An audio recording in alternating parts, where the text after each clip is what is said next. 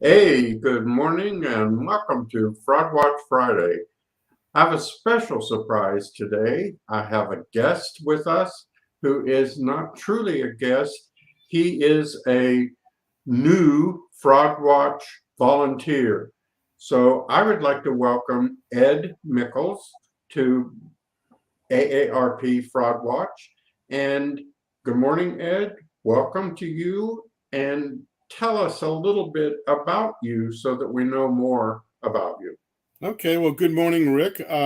Delighted to be joining you and joining your team on the Fraud Watch.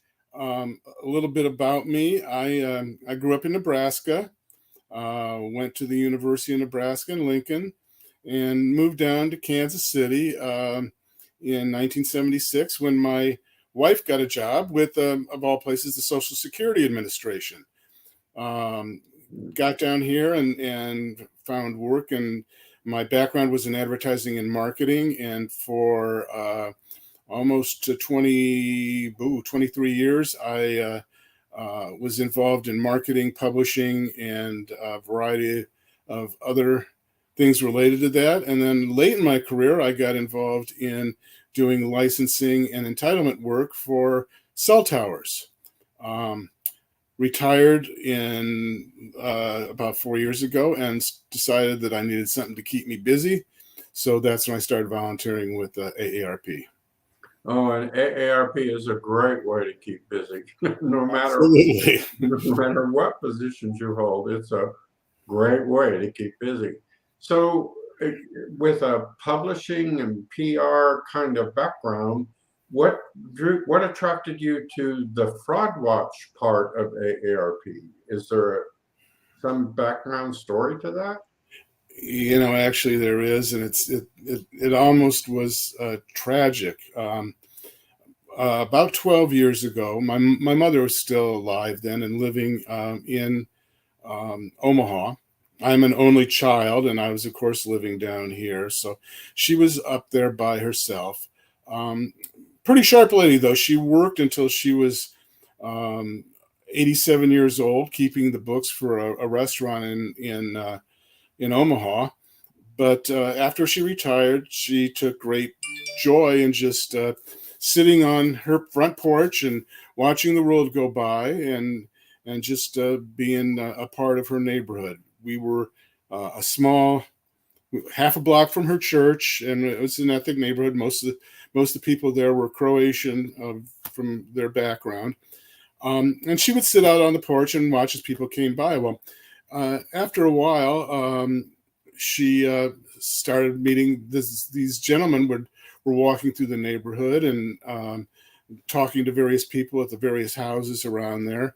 Um, and she carried on conversations with them, and they told her that what they were doing was they were related to the church up the street, and that they were putting together a mission to go to Croatia. And they were doing some fundraising to help run their mission. So, as she generally a pretty sharp lady and was very careful about who she talked to, she was taken by this, and she started giving them a check for $100 here and $100 there. Whoa.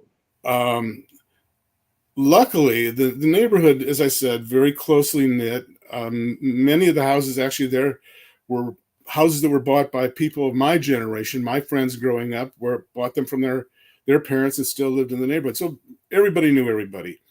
Um, and so that's why I felt she was good. She was in a good position, had a lot of people around her, kind of keeping an eye out for her and so on. And plus, my uncle lived only 2 blocks up the street, and her younger brother, who was there to see her every day. So I felt good about this. But these guys kept coming around, and as I said, $100 here, $100 there.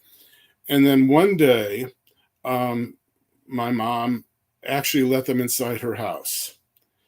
And luckily, the woman who lived across the street, who was one of my contemporaries, the girl that I grew up with, saw them go in, and she was suspicious of these guys before and was very upset when she saw them going into the house.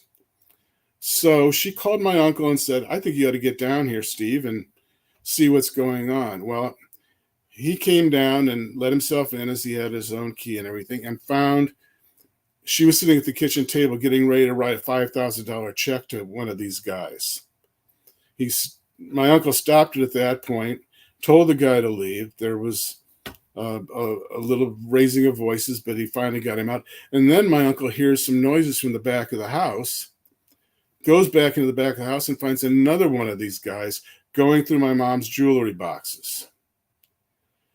So he lifted him out, sent him outside, and they were in the street yelling and talking at each other, each threatening to call the police and whatever. But finally, these guys broke up, took off, didn't get the money or the check from my mother.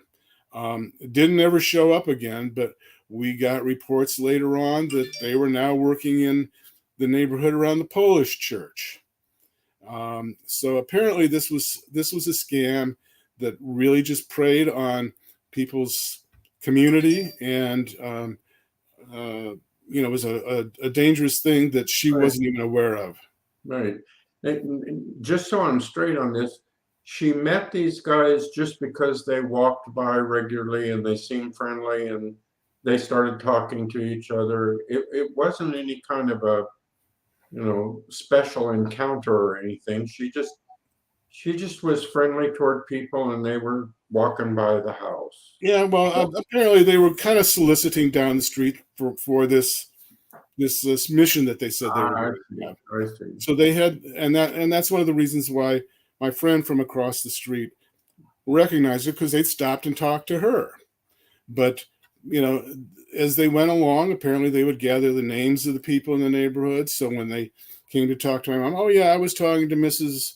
Gregorich down the street, or I was talking to Mrs. Mady over there, and and it was just like it was a big community. And she would say, well, you're from the church, how come I don't see you? And then they would say, well, what mass do you go to? And she'd say, well, I go to noon mass on Sunday. Oh, well, we go to the 6:30 mass every Sunday morning, so we're not there at the same time as you. And it was just this kind of thing where they just ingratiated herself, that they belonged and that they had the best interest of her community and certainly of the neighborhood in mind. That's what they were doing, and she was sucked into it. It sounds like a close-knit community. They were kind of looking out for each other, or maybe it was just accidental that she saw her go in the house, but it seems like there were concerned people in this community. Absolutely. And, it was, I think, just kind of dumb luck that my friend happened to be home and saw them going in. And for all I know, they had been in there before, but she saw it that day, and that set off alarms, especially three men, in their 20s and 30s going into a house with an 80-year-old lady, almost a 90-year-old lady. It's got a suspicious look to it anyhow. Right. But thank goodness she had the foresight to get a hold of my uncle, who's a pretty good sized guy like me. And I think, once he walked in, everything kind of went to heck for them. And then, we had a little worry that maybe we had been too rash about this. But then when we found out that it was being reported in other neighborhoods around there, in the Lithuanian neighborhood and the Polish neighborhood, these guys actually, had developed this con that they had found was working pretty good for them, I guess. So having seen this, that's what got me thinking about scams and frauds, and got me wanting to get involved in this to help other people this way.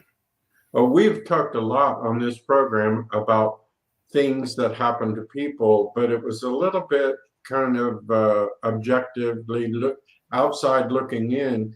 This sounds to me like a real life story that moved you to join the Fraud Watch movement and to become part of this organization that's trying so hard to stop the frauds and scams.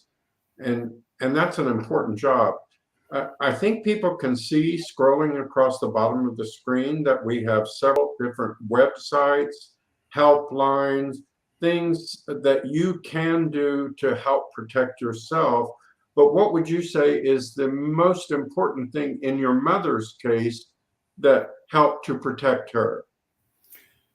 Well, certainly I think that it was the community around her that as you and I talked the other day, without having those people um, paying attention and helping her, um, she could have been drawn in and was drawn in to a certain extent, even though she was, as I said, a very savvy woman who was a businesswoman and knew what was going on. But friendship and it's kind of like a variation of, we're familiar with the romantic scam.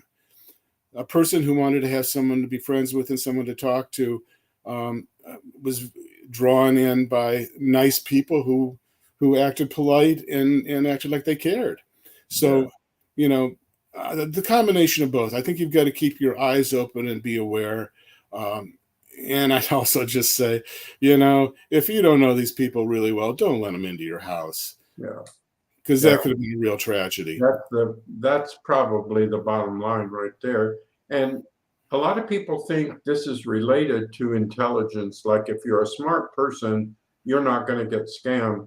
But I think yours is a perfect example of a very smart person, very aware, very involved in things, who was taken in just because she cared about others and she wanted to help them in any way she could.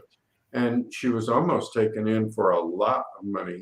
I think there was some money lost anyway, but When I was able, worse. when I was able to review her checkbook and that later, it came to about $500 overall. But luckily, we caught it before it was something really big. So, and as you say that, Rick, one of the things I hope to help bring to being part of this is to take a little bit of a look into some of these scams a little bit deeper, and try and get an idea of how people are personally affected, and kind of what these things sound like when they come at you, so that maybe you're a little bit more aware, so you can't be victimized, because there's some evil people out there, and they do want to make you a victim if they possibly can. And that's why it's so important that you also keep in touch with AARP, with the hotline, with the website, and all these other opportunities that we have to keep you protected from becoming a victim.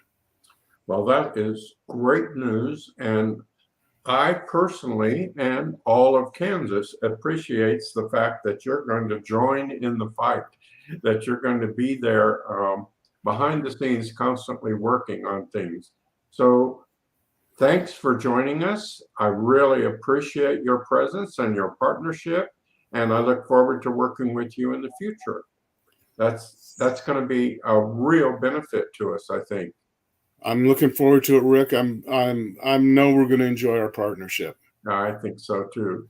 And I think it's time for us to sign off again, but we do look forward to working with you again every third Friday, Fraud Watch Friday on Facebook. Please do join us. Thanks a lot. Bye-bye.